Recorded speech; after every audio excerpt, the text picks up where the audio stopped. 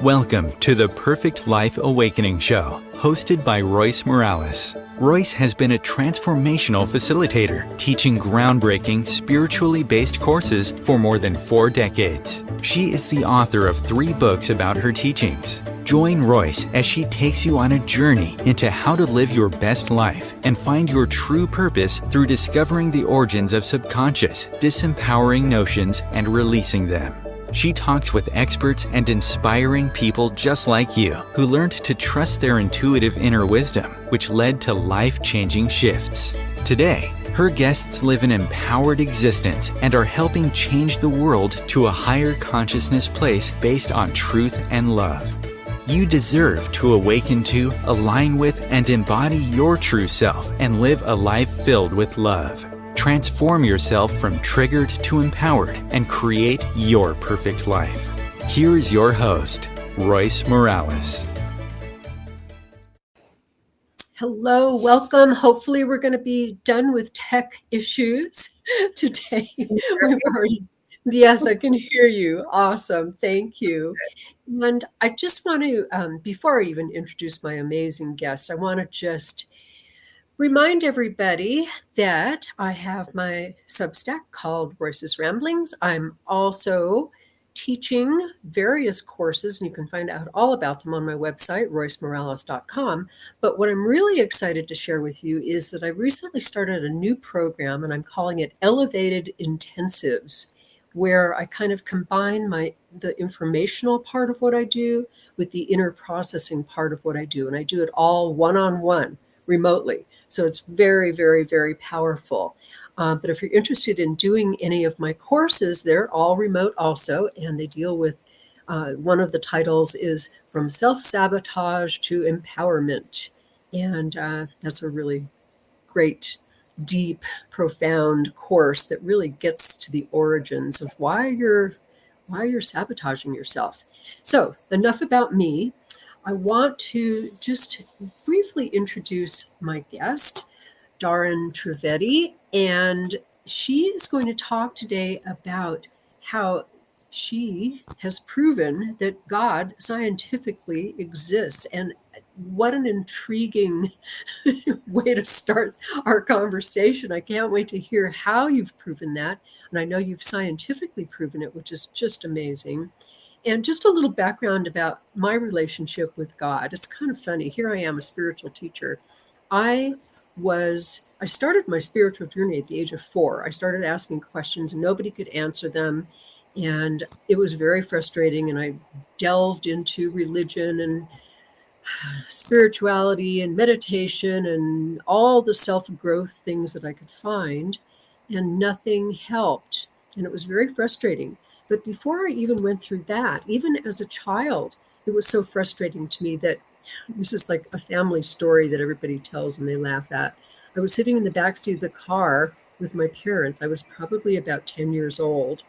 And I just looked at, I just out of the blue announced to them, I swear to God, I'm an atheist.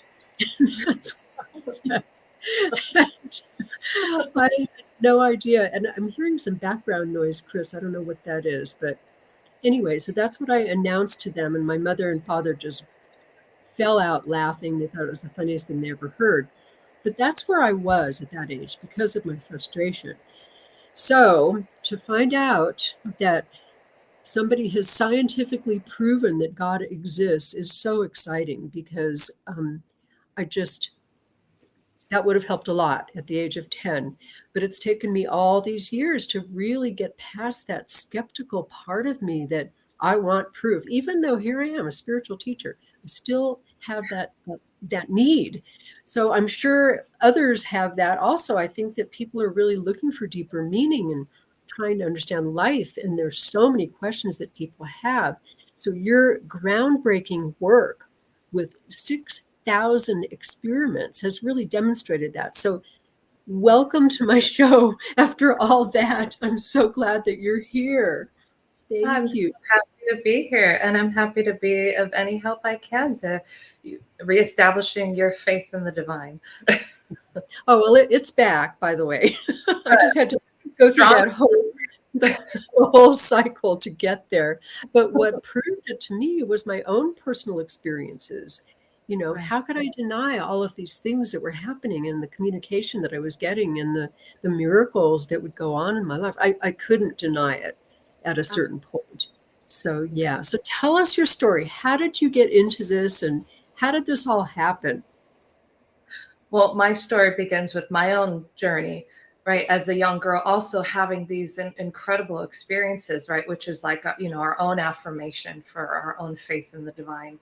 And for me, I had these experiences as a very young girl where I would, go into these ecstatic states of being. And it was outside of the realm and context of religion and spirituality that I understood. I didn't even could say that I had a context or reference point for what exactly I was going through. It was even before I had the talk of what is God. But I would have these ecstatic experiences. And, I came to understand that is God. And for me, it felt like God. It was so intimate and so personal. And it was just blissful. And it was so quiet and so still. And it was like just something that when I came out of those experiences, I guess the closest thing you could really call it is like a state of samadhi. That's my current context for it. But after having those experiences, I would come out of it and it would be so perfect and so complete to me that living a life outside of that was painful. Mm. And it was like, I was so grateful and I loved it when it happened. And when it didn't happen, I just wanted it more. Yeah. And so it kind of awoke this yearning within me, this deep soul sickness. Soul sickness. Wow. Yeah, What a great expression. where I wanted that more than anything in my life. To me, that was God. It was that perfection, that bliss, that love, that certainty, that just, it was like beyond the mind. It was something else entirely that I didn't really understand, but at the same time, it made sense. Yeah. So when you say ecstatic experiences, it was just a spontaneous thing. How describe what that looked like? Yeah, so it wasn't really when I was doing anything specific. I suppose you could say it was moments in which I was very calm. Maybe I was sitting by myself. I was just, you know, quiet for a moment, maybe contemplating or just sitting still for an extended period of time. And then suddenly out of nowhere, it's like it would just take me. It would overcome me. It wasn't something that I did to achieve. It's something that came to me. And it just kind of took me away into this wonderful, incredible experience that I have no words for. And so that was as close as I could get to making it happen. I could never make it happen. It was just pure grace when it did happen. And when it did happen, like I could kind of feel it before. It kind of started off as an incredible calmness and peace. That's how it would start. And from that, I would even kind of experience like my vision, starting to get a little blurry. Things would get lighter. And then I would just kind of enter into like this, even the sounds would stop. It would just go into like everything would kind of turn to light and get very quiet.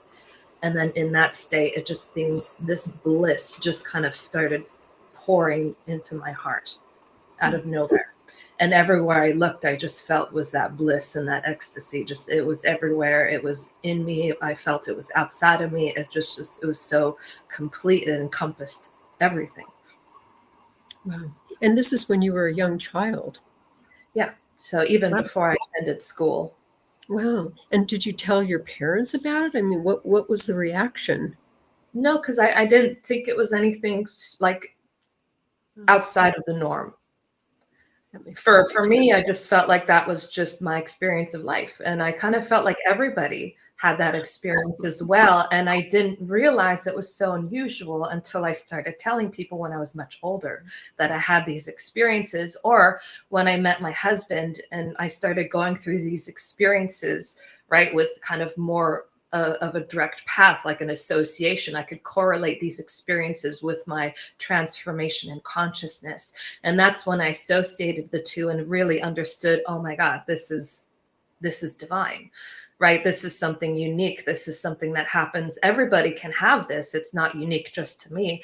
But at the same time, it's something that was not normal. It was something that happens when you have these special experiences of connection with the divine.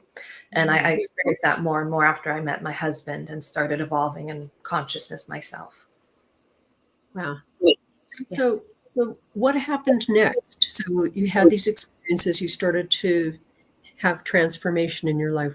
How did it lead you into doing what you do scientifically? So it led me to my husband, first of all. And how it led me to my I know it's not really the path you think it go from divine to husband. But in my case, the divine is my husband, so to speak. Wow. So when I was around, I would say maybe around 8 years of age, I had this, like it was another one of those experiences that came out of nowhere. And I remember exactly where I was. When you have these experiences, they're so vivid and they stay with you forever, right? The memory never diminishes the experience. You can kind of relive it when you go back in memory. And so for me, that's how you can tell if it's like a real divine experience or if it's just like, psychological. And for me, I would relive these experiences. So when I had this experience when I was 8 years of age, right, I had this stillness come over me, and it's the knowing that this is divine. It's just a knowingness. I can't tell you how I knew. I just knew. It's my intuition telling me this is the divine talking to me. And it wasn't like a voice. It was just kind of like an awareness that came over me. And in the moment, it was like at that time when, girls my age started forming crushes and, had these boys that they're interested in. And I remember looking at all the boys, on the playground, picking their noses and all these things, thinking, I have no interest in any of these boys. At the same time, I felt left out. I had trouble fitting into society and fitting in with my friend groups. I was always kind of like an outcast who was bullied all the time. And so I kind of felt disconnected from people in that way. And so I really kind of wanted to connect and then feel like I fit in. So I was kind of like, well, who would I be interested in? Would there be some boy that I'd like that I could talk to my friends about? And this awareness, it just came over me when I was just standing by myself in the playground. And I remember it was this awareness that there was a particular person that was out there. I'll get emotional just talking about it. But there was this man that I was born for, who was very specifically there for me, and I was there for him. And he was a very special man on this planet who was divinely gifted. And I didn't know, like I had experiences with gurus, from a young age, Paramahansa Yogananda, but I didn't understand, that I could marry a guru at that age. But I knew that this person would be divine, that they would be enlightened, that there was something unique and special about this person. And when I would meet this person who would be my husband, right, the perfect choice that divine had picked out for me, this person would lead me to my own enlightenment, my own awakening. And so this just came to me when I was around 8 years of age. Wow. When that came to me, I felt set. I wasn't concerned about forming a relationship with anybody. I never dated. I never had a date or anything with anybody. I led my whole life waiting for this man. And the problem was divine never told me when this person would come. So I kind of led my whole life, with uncertainty as to the date. Like, would this happen when I'm 100 years old on my deathbed? This man would walk into my room and be like, let's get married. Yeah. I don't know when it would happen. I just knew it would. So that yearning just increased for meeting this man. And then I knowing this would happen, but not knowing when. It was just kind of like, I know it's going to happen, but the yearning could just kind of increase. So I led my life with the highest morality and ethics I could to kind of be a good match to this human being that I would meet later, and I tried to live as honestly as, ethically. I tried to be a good human being. I tried to be, like you could say, living the Dharma, so to speak, right? Living with the divine principles and fundamentals. I tried to align myself with what I thought divine wanted me to do, how divine wanted me to act and behave and speak in order to be kind of like worthy, so to speak. From that reference at that age, I just kind of wanted to be worthy of that. And so I led my life waiting for him. And I met him when I was 20 through my mother, actually. Your mother. Wow. Tell us Sure. that story. That sounds intriguing. It really is. My mother, I joke that she's kind of like a hippie minus the drugs. But she's a Christian woman. So she's very devout, very Christian woman, but she's also very open-minded. So she would try everything. She would try, acupuncture, Reiki, energy healing, psychics, and clairvoyance. She went to all these gurus, had Yogananda from childhood. So I had the reference point of, a guru can connect you to the divine, and a guru is like a conduit for that. So I was looking for that catalyst in my life. And so what ended up happening is my mother ended up going and meeting this particular guru at that time after trying so many other different paths and avenues, different modalities and therapies. And what she was really looking for was a better relationship between her and my brother. They had a very tumultuous, very, painful, just think constant yelling and arguing and just clashing throughout childhood, well into adulthood. And no path, no avenue, no modality that she tried could solve it. Maybe, a short temporary alleviation, and that's about it. We've tried even conventional therapy and other conventional approaches. Nothing really worked long term. And so what ended up happening, and it kind of got worse the older we got. And then she went to meet this guru, and, she had heard that he's into science and validating, his divine gifts and, the power and impact of his blessings and the existence of God. And so he was doing in-person blessings at the time. She went to receive a blessing, and I kid you not, she said the relationship changed overnight. Wow. 180 degrees. She said, I've never experienced anything like it in my life. And she had watched me going on this rapid decline, especially since puberty, of this incredible depression and anxiety and longing and just painful agony, isolation, loneliness, like throughout my life. And watching this, she was like, my daughter needs help. She needs some kind of help. And she was like, based upon whatever I experienced through this man and what I'm seeing with this science, right, I feel like he can finally help my daughter.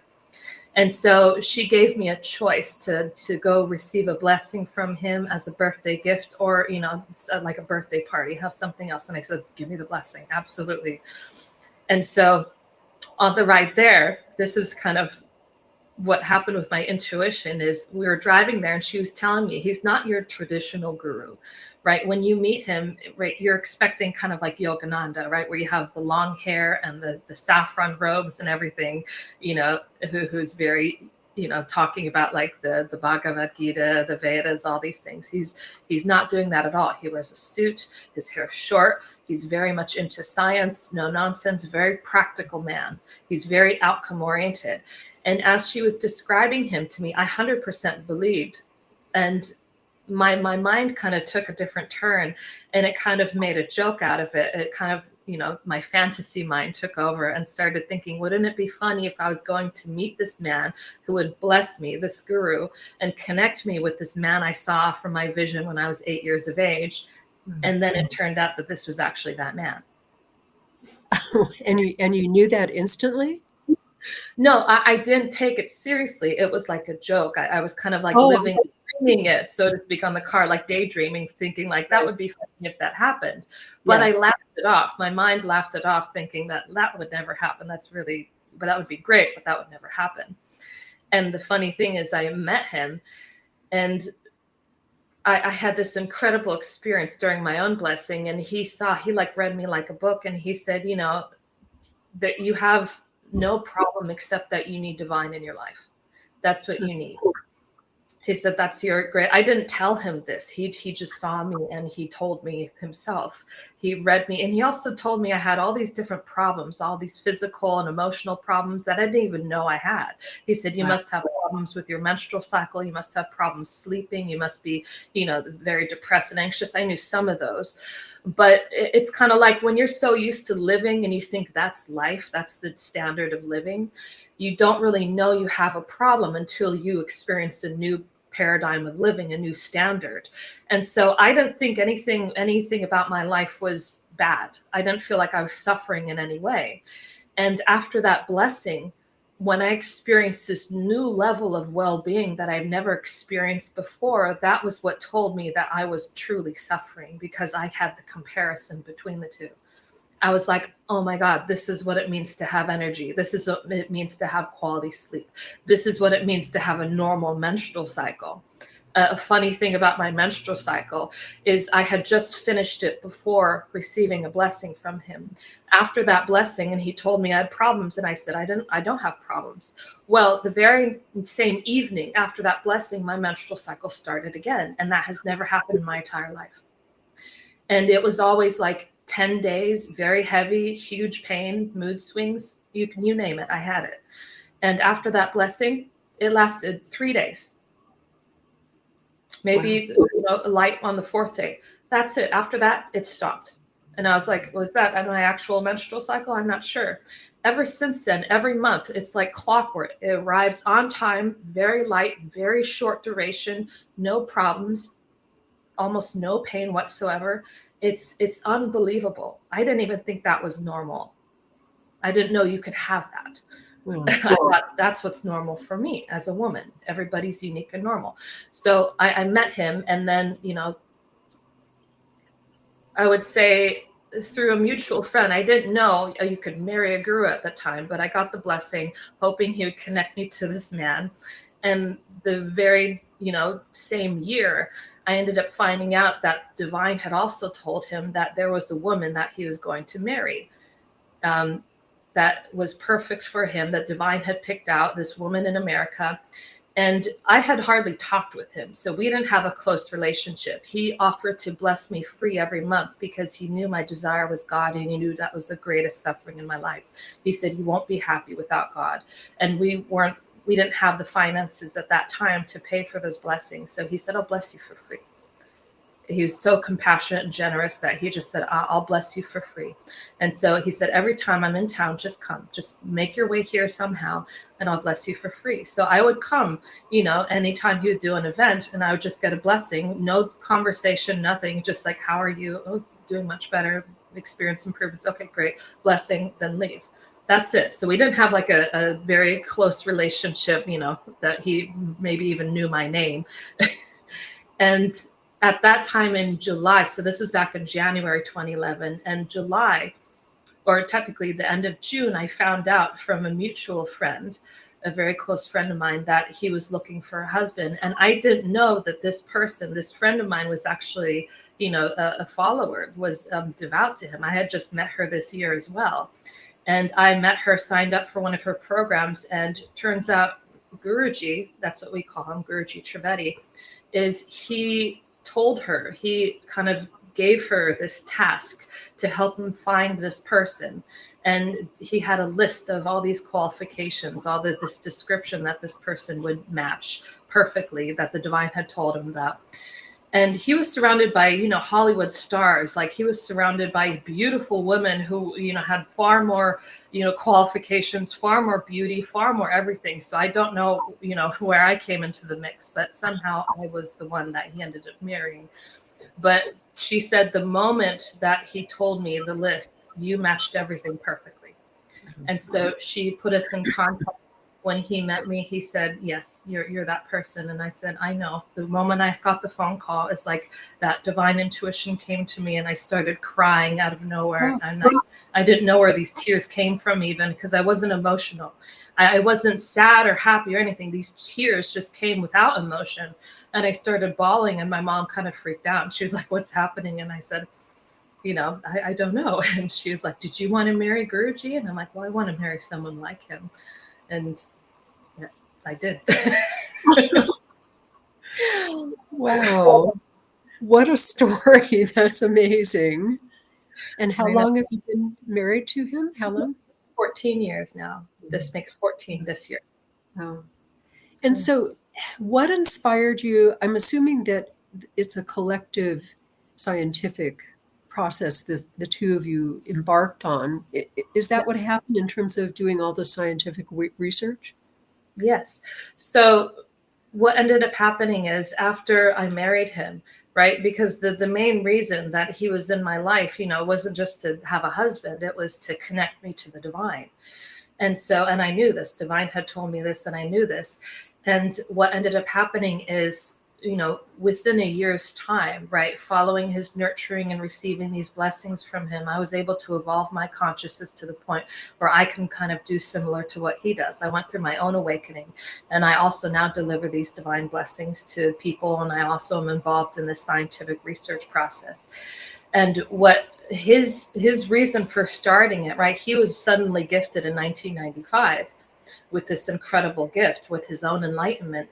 And he immediately, these people would just come to him and be blessing them, and he'd be transforming every facet of their life. And they would experience miraculous outcomes in their health and wellness, relationships, finances, and everything. He would kind of, help producers and Bollywood stars. People would come to him from every avenue, very wealthy and influential people. So he had a great reputation in India for these divine blessings, which is why this also is so shocking, I feel, for anybody who would hear that and also see the path he chose to take, right? That he had this avenue, he had this foundation, he left it behind. He cut off his hair. He got rid of his saffron robes. He put on a suit and tie. He put himself under the ridicule of scientists who under biases, I get emotional just talking about it because it's been a very tough journey for him. So to leave all that behind and to stand in front of scientists that would ridicule you and laugh at you, but at the same time produce these miracles that science has never seen before. I mean, that's a tough path. That's hugely difficult. And he left all that because he said, above all else, the last thing I want to do is give anybody false hope. He said that is the greatest sin anybody could do, is on the path of divine, somebody who wants God, somebody who wants relief from suffering, somebody who wants profound wellness in their life, to promise them that and to never deliver that suffering. And I understood that suffering from my own journey, this longing for wellness, this longing for the divine, this longing for peace and happiness. And to think if I were to meet him, he would give me this promise and I would never get it in my whole life. That would devastate me. And so I totally, I just can't stop crying right now. Wow. So I was so touched by that, by how he would leave all of his comforts. He would leave everything behind. He would leave that ease, right? And try this difficult path for the sake of giving people something true, giving people something honest. And he said he's the greatest skeptic of all. And the fact that he went the path of science, even though he had this experience, right, of divine, he has his enlightenment, he has his awakening, he's seeing these miracles, and he still wanted to validate the potential and capabilities of his divine blessings and the existence of God. Wow. And so that impacted me more than anything. So that's what got him involved in the scientific research. And that's why we now today have over 6,000 science experiments. And we're not just talking about psychological experiments, right? A lot of experiments, when we go into like the realm of spirituality and wellness, a lot of the scientific studies that you see today, right? There's a reason why there's so much pseudoscience, and it's because science has not been able to enter into the field of spirituality and well-being. Yes. Because science has limitations. Science has reached like a maximum capacity in what it can do because it has disregarded the soul as something vital, a vital aspect of our being that actually makes wellness happen, that contributes to our quality of life, that enforces it, governs it, right? Makes things happen. It's the foundation of existence. It's like Max Planck said, consciousness is fundamental. This consciousness is the soul. It is the presence of God in our lives. So this consciousness, what we're doing with these scientific experiments, we're not just measuring psychological impact. We're not doing psychological questionnaires. We're not measuring things that are easily affected by placebo effects. We have clinical trials with placebo and control groups purposefully to remove whatever data we get from the placebo and compare that with placebo groups. So we're removing psychological impact. We're testing hardcore parameters that nobody has really been able to show significant improvements from these fields of spirituality and well-being, right? Alternative and complementary well-being, showing improvements that even conventional healthcare has not been able to replicate. We're talking about huge, significant changes, and not just in people, right, where placebo and psychological impacts are prevalent, but we're talking about life sciences, microbes, bacteria, viruses, fungi, plants, agriculture, and then material science. We're affecting materials. This is where even skeptics, people with biases, who just hear God and immediately turn their brains off, right?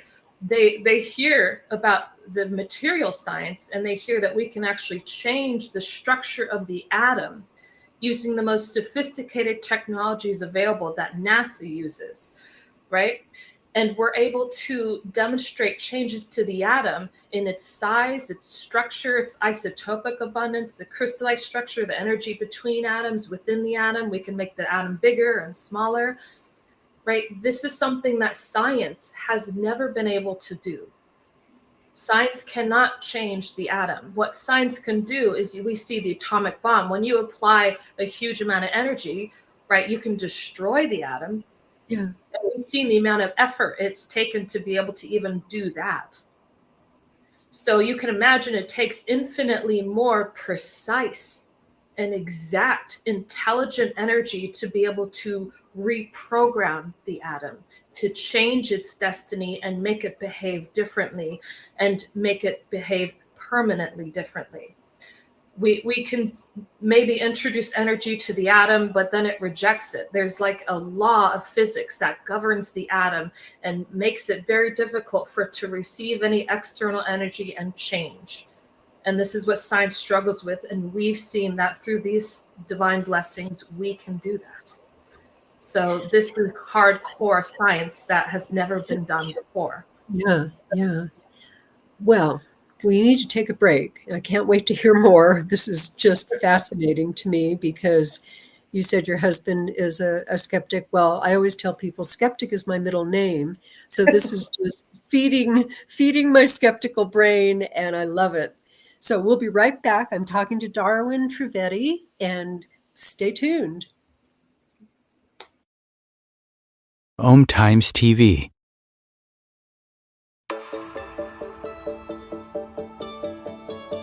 Do you crave joy but feel stuck? Do you go through life feeling constantly triggered and frustrated? Fear is likely the culprit, and subconscious fear is likely sabotaging you. Perfect Life Awakening is a time-tested, spiritually based approach to inner transformation created by Royce Morales. For over 40 years, she has helped people get to the origins of subconscious fears and ultimately help them find their true purpose and a life full of joy. Sign up for Perfect Life Awakening today at roycemorales.com. You deserve to go from triggered to empowered, shifting your life with Perfect Life Awakening.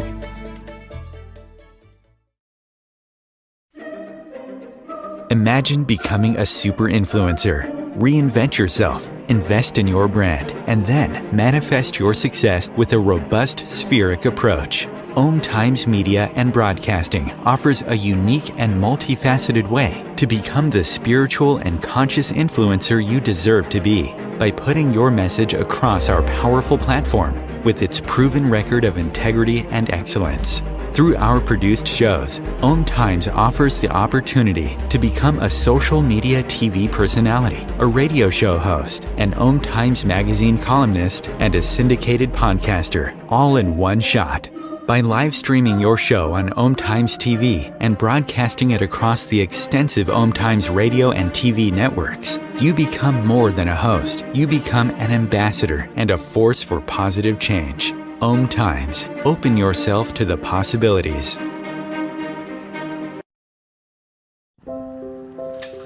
I want to eat apples and bananas.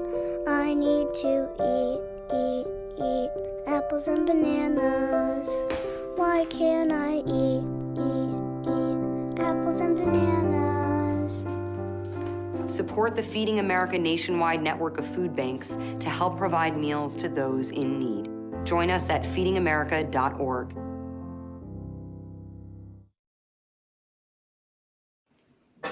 Welcome back. I am talking to Dahryn Trivedi. Love your name. It's just gorgeous. We're talking about scientific proof of divine energy, God, the universe, whatever you want to call that energy. It goes by various names, of course. Tell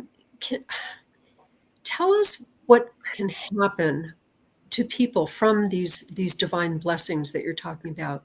Tell us what besides the atom that you just described, which blows my mind, what else can actually happen that you've seen proven scientifically?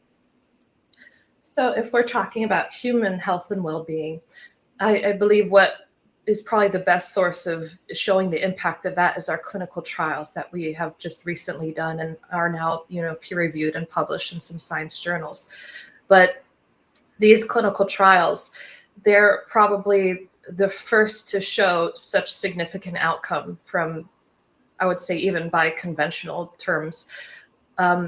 These trials were done around 2019. I'm going to talk about one specifically. And what we've seen in this clinical trial, so we have three groups of people. We have the, treatment group, where these people are receiving the divine blessing, receiving the treatment, and they don't know. Right? So this is a double-blind, randomized, placebo-controlled clinical trial. And we have over 120 volunteers, and they're all suffering from severe psychological, mental, emotional health problems. And we're measuring, over 130 blood parameters. So it's not just psychological questions and answers. We're actually measuring blood parameters like neurotransmitters, hormones, nutrient and vitamin absorption, things of that nature, clothoprotein, right? So things that are very notoriously difficult, even from a psychological level, to show improvements in, we're measuring even those parameters. And these people don't know why they're here, or are they aware of any of it? No. So Okay. we have one group of people who is receiving a fake blessing, right? That's the placebo group, right? So, in order to rule out psychological impact, we have a group of people that are receiving the fake blessing, the sham healer, we called it. And then we have people who are actually receiving the blessing who don't know. And then we also have a control group, people who aren't receiving anything. Okay. And then we're measuring these same groups of people from 0 to 90 days to 180 days. At day 0 is like their baseline, where we measure where they started off. We do like an intake, a first time intake, and it's double blind, which means I don't know who these people are. I don't know which group I'm blessing. I have no idea. I've never met them. I'm located in Florida. They're located in India. So this is even remote energy healing, divine blessings from remote. I'm located in Florida. I'm doing a Zoom. I don't see the people face to face. I don't know their names. I don't know anything about them.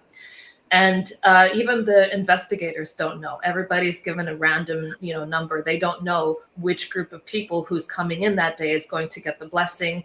When they do the measurements and they do the testing, they have no idea. So it's double blinded in order to rule out, any biases, even from the investigators, who might, want to give you a better result or want to mark you down because they don't believe that divine blessings can do anything. So we have that going on. And then we're doing just 2 blessings, one at 90 days or one at day 0 after measuring their baseline, then they get the blessing. And then one at 90 days, And then we're measuring their parameters at day 0, 90, and 180 to see how their improvements are in every area of their life. And while we're showing huge, incredible psychological data, nearly, the resolution of every single problem that was reported before, completely gone in the treated group, we're also seeing things like neurotransmitters. We're seeing oxytocin increase. We're seeing things that even when you do injections of oxytocin, you only see maybe, a small percentage increase. We're seeing like hundreds of percentages of increase in the treated group. Right, we're seeing increased nutrient absorption, right? They have not changed their diet or their lifestyle. They haven't done anything different. We're seeing their ability to absorb vitamin D. We're seeing their vitamin D levels have increased. We're seeing vitamin B12. We're seeing things that should not increase suddenly take a huge increase during, that time period. We're seeing things like, have you heard of the clotho-protein? No. So the clotho-protein is an indicator for anti-aging. It's the best thing we have to measure your youthfulness, right? Your age. And typically the more clotho you have, right, the more youthful you are. And the shorter your clotho or the less clotho you have, it's kind of like you're kind of, getting on in age. You're older and maybe you're declining as well in age. So when you have more clotho, it's a better indicator of youthfulness. We've seen that even in conventional, right, methods, all the possibilities available to science and medicine, we've seen marginal increases in clotho-proteins in clinical trials. Very marginal. In our case, we've seen over 600% improvement in clotho-protein in one of our clinical trials.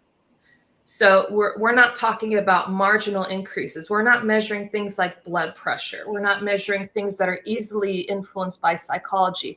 A lot of the different things that have been measured in clinical trials, right, have been, mostly psychological and very trivial parameters that over a very short period of time, where you can even associate smoking with, lower blood pressure. If you do it within a short period of time and, very limited data, you can see, that smoking, reduces blood pressure.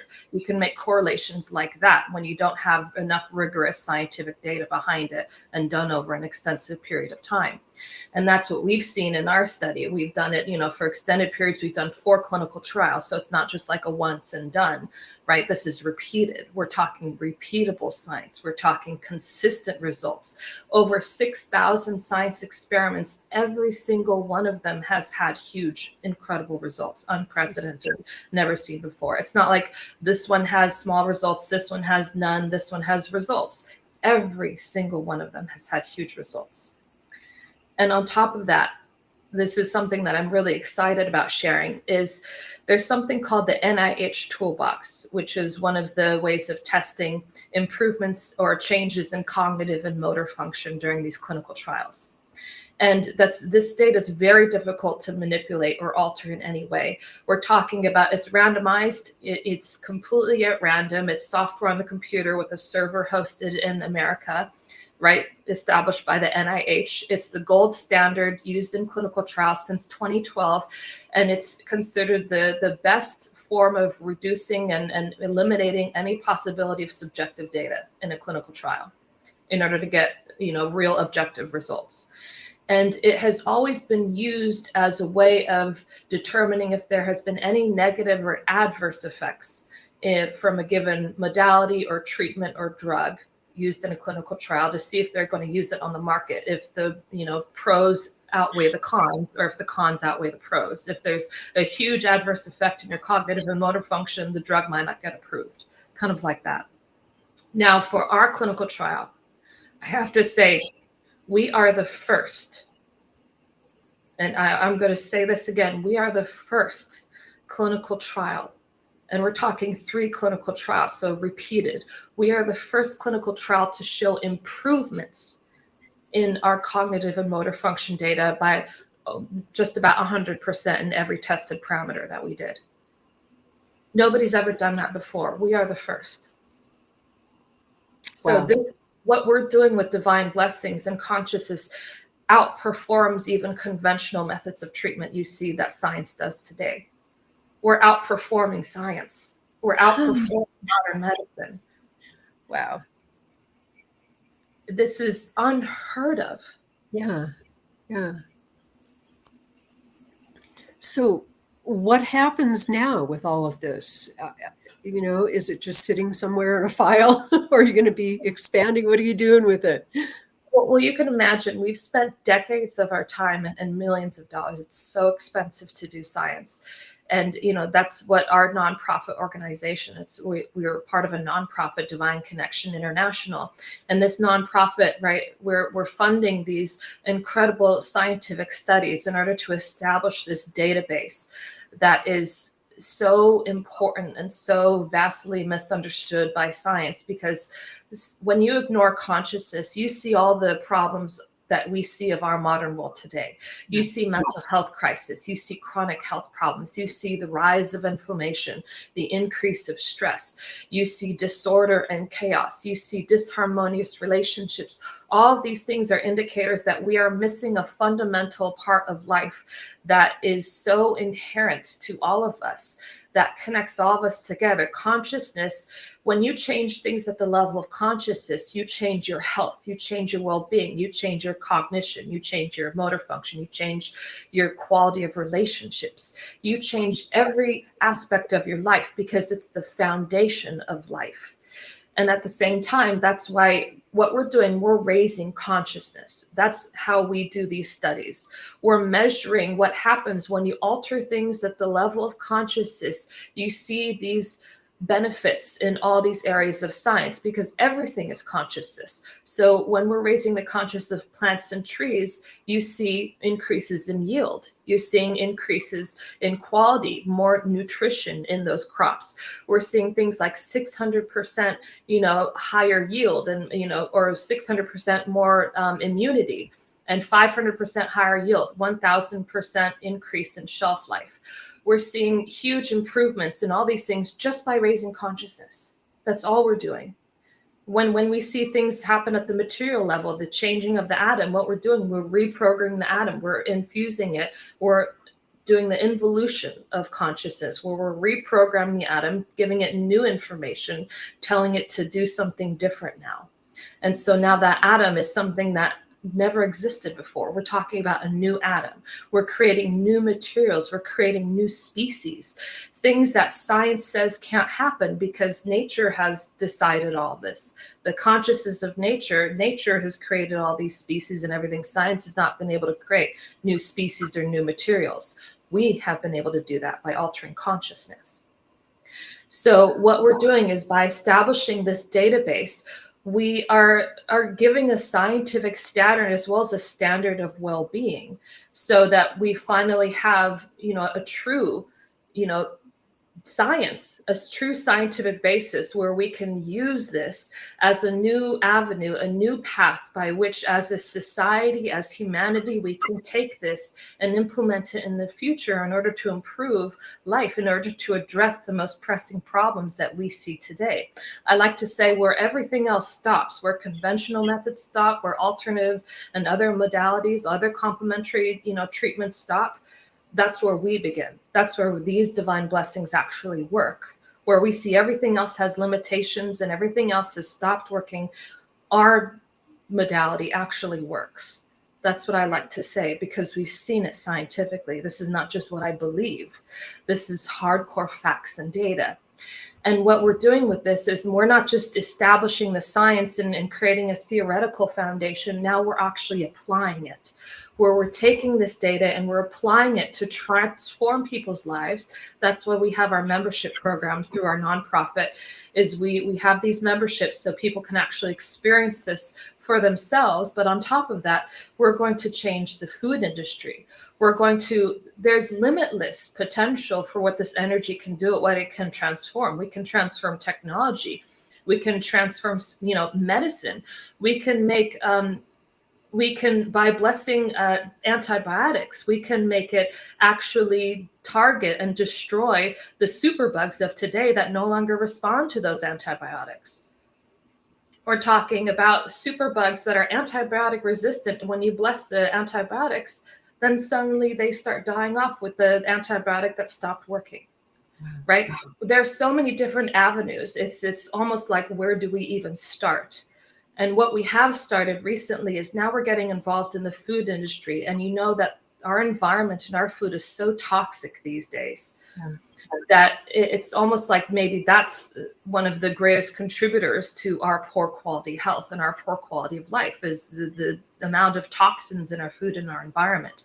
You've seen the articles about microplastics and everything. You see the steep rise of dementia and Alzheimer's, is that, they've found like 10 times the amount of microplastics in Alzheimer's and dementia patients than your average person, right? Our environment is so full of so many things, forever chemicals, things that we just can't, our bodies are not meant to be able to purge. Our bodies are not meant to detoxify, and we're suffering because of it. But the unfortunate thing is it's not because science and people who are involved in the agriculture industry purposefully want to damage people. They don't have any other way of doing it. There's no way to produce these crops without using a huge amount of fertilizer, pesticides, fungicides, chemicals in order to feed the 8 billion people we have on this planet.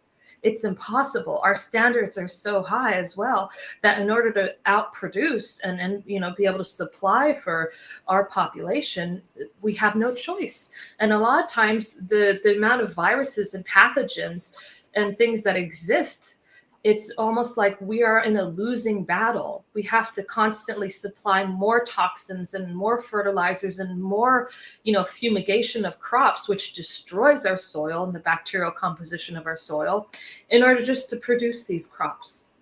And that's why I feel that what we're doing in the food industry is also so miraculous. And that's also a way that we want to bypass the psychology of people, because you can imagine the reaction we get from people when we say divine blessings and science. A lot of people don't want anything to do with that. And they just smile and nod and say, that's amazing. Leave, they never talk to you again, right? Yeah. Yeah. So when that happens, what we're doing with the food industry, right? These people who might be turned off from spirituality or God, or might not believe or think it's fabricated, right? They'll eat a good quality egg, right? They'll eat good quality chicken. If it means no toxins, no harmful chemicals, we're talking about even the taste of it is improved significantly. We had a recent publication, one of my publications just came out recently, where we did an experiment on chickens and eggs. And we found like over 160% and 130% improvements in polyunsaturated fatty acids and monounsaturated fatty acids, things that are huge for our brain and cognitive health. Right. And at the same time, trans fats hugely reduced, improvements in collagen and zinc, vitamins and minerals increased in the eggs. So better quality production of food, eggs, chicken, vegetables, whatever we'll be involved in. Right now, we're getting started with chicken and beef and, a variety of different things. But you can imagine that when you taste it and you experience the change in your digestion, the change in your quality of life and your energy, and you feel the difference, right? People will pay for an egg if it's a good quality one. They might not pay for a blessing. They might not sign up for a blessing, but you'll buy a dozen eggs if you like them and you feel better eating them, right? Yeah. So that's a way that we'll get these blessings. And at the same time, it'll be a carrier. It has this divine energy infused into this product. I was just going to ask that. People will get this energy, and they'll also experience the benefits and improvements from that energy. Yeah. So that's what we're doing with the food industry. Well, we're running out of time, and I have about 500 more questions. But one question, if you can just answer really fast, you're dealing with things like food and all of that. What about things like the society, the politics, the war, that sort of thing? What are you focused on that at all? Because I think that's just so important. Oh, we have 3 minutes. What I feel like a lot of people are trying to change everything outside of themselves without prioritizing changing themselves. Yes. And I feel like it's very easy to look outside of yourself and to make a judgment and to look at somebody else and say, you have a problem, you need to fix that, without ever really fixing your own problems. And I feel like if people spend more time improving themselves and transforming themselves, then you'll see this happen on a mass global scale. Yes. The problem with war, the problem in politics, all this just comes from lower consciousness. And the only way to raise your consciousness is through the divine. There's no product, technique, there's no practice or methodology that will do that. It's simply through consciousness. And there's nobody, right? There's really no other alternative. So if you focus on developing yourself, then society will follow. Yeah. We can provide a path and an avenue. We can establish a basis. We can provide these food products. We can do all of this. But ultimately, it happens also on an individual level. Yes. Yes. Perfect. Perfect answer. So tell people how to get in touch with you and where to reach you, etc. We have about a minute. Yeah, so our website, divineconnection.org, has everything. It has our scientific research, our memberships, more information. You can sign up for it to receive emails just to know when, we have more research or when our food products are launched, things like that. Or we also have a special offer for, anybody who's watching the podcast, just for you, Royce. It's divineconnection.org/perfect life awakening. And we have a very special discounted offer for everybody who wants to try out the blessings for themselves. Great. Thank you. And can you do a mass blessing for the audience, or is that not okay?